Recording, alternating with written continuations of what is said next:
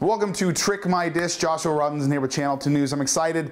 This week we're going to be bringing you, it's a hard recipe to trick because it's fantastic on its own. We're doing Parmesan Macaroni and Cheese. This is Heather Myers. Thank you for welcoming us into your kitchen.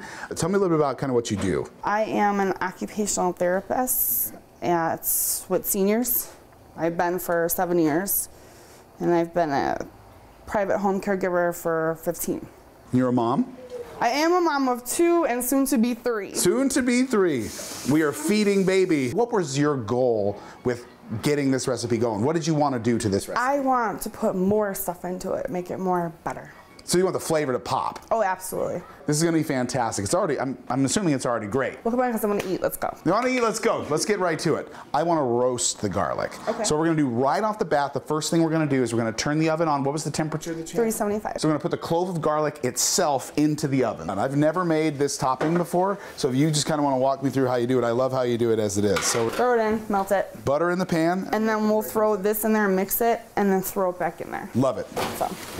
So you got a pot of boiling water. So anytime you're making macaroni, as you already know, how much salt would you add to it? I make it like it's the sea. Salty as the sea. Yeah. That's it, literally an expression. It flavors it even better. I literally heard that expression in culinary school all the time. Salty as the sea. I got it from the Italian chick on Food Network. Well, hey, who cares where you get it from? What better combination to go with cheese than bacon? That dirty, sexy bacon. Dirty, sexy bacon. I mean, how do you not put that in a mac and cheese recipe when it's described like that?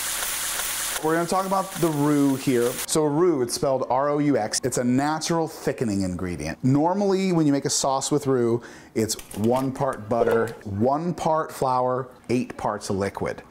That's a standard thickening kind of sauce agent. This is going to be a little different because, as you know, we got a lot of noodles going in. You kind of need it to be thinner. So one of the other ingredients that we're going to add here is beer. Your recipe called for 4.5 cups of milk. We have 3 cups of milk here instead, and I'm going to put 1.5 cups of the beer. You must drink a lot. You're prepared. I didn't even realize I just pulled my keys out and I just have a bottle opener ready to go. Now we're building all of this into the sauce, and you'll keep whisking this sauce until you start to see some boiling bubbles, and now you know that it's fully thickened up.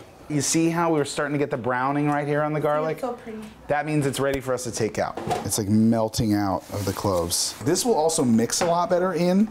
Like if you look, I mean, that's straight up paste right there. Checking in on the breadcrumbs. They've been in a total, would you say, about 15 minutes?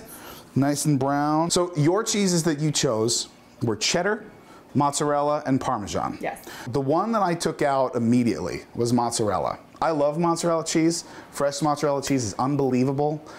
But when you put it into like a sauce, it gets lost. So we want to pick cheeses that are going to create this really identifiable profile. Kind of got rid of cheddar too. We're instead going to put sharp cheddar. Okay. We're sticking with Parmesan. I love Parmesan. Sharp, fantastic flavor is going to make it all really pop. Instead of mozzarella, we're going to do Gruyere cheese. Have you ever? I knew you were going to say it. Yeah, Terry said that too. I love Gruyere. That or cheese. That's yes. Either of those two. I was waiting both melt really well. You got the basic cheddar cheese that everybody loves. It'll be a little stronger. You have Parmesan cheese, which everybody loves, has a sharper bite. And we have the funkiness of that Gruyere, which kind of adds this really nice magicness. Well, I'm making this motion and I don't have anything to say with it. It's just cheese. We can chop up the bacon too, actually. That's the next.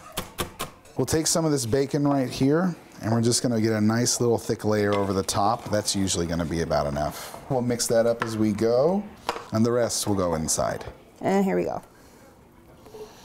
Magic. As we've been planning out other Trick My Dishes, I have to find recipes that will balance out the amount of weight I'm gonna get from eating this one. And we're gonna put that guy in for about 10 to 15 minutes. Check this guy out. Oh man, look at that. Woo! Oh my gosh. Okay, you ready? Look at that. Ready? Woo! All right, Heather, we are totally done. We just pulled it out of the oven. Let's go ahead and let's stop talking. Let's have a try.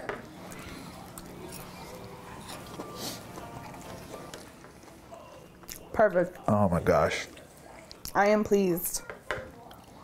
That's really good. The flavor is delicious. Okay. There's no words to describe it. It's good. So you better make it. Yeah. People of Buffalo.